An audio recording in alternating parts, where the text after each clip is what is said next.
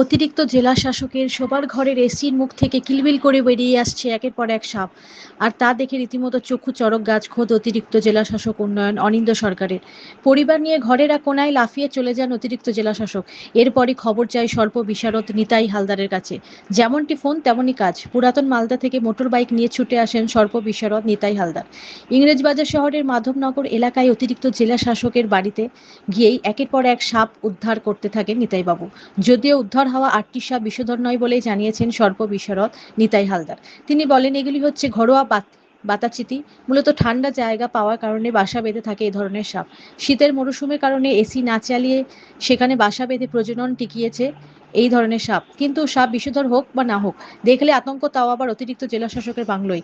গতকাল রাতে এই ঘটনায় রীতিমতো আতঙ্কিত হয়ে পড়েছেন জেলার প্রশাসনিক পদস্থ কর্তা তথা অতিরিক্ত জেলা শাসক উন্নয়ন অনিন্দ্য সরকার। তিনি বলেন, চৈত্রের গরমে এদিন শোবার ঘরে এসিটা চালাতে শুরু করেছিলাম, আর তাতেই ঘটে বিপত্তি। কিলবিল করে একের পর এক সাপ বেরিয়ে আসে, যা দেখে রীতিমতো আতঙ্কিত হয়ে পড়ি। এতগুলো সাপ কিভাবে এসির মধ্যে ঢুকে পড়লো কিছুই বুঝতে পারছি না। যাই হোক, যথাসময়ে বন দপ্তরের সহযোগিতা নিয়ে একজন সর্প বিশারদ বাংলোতে এসে সাপগুলি উদ্ধার করে নিয়ে গিয়েছেন।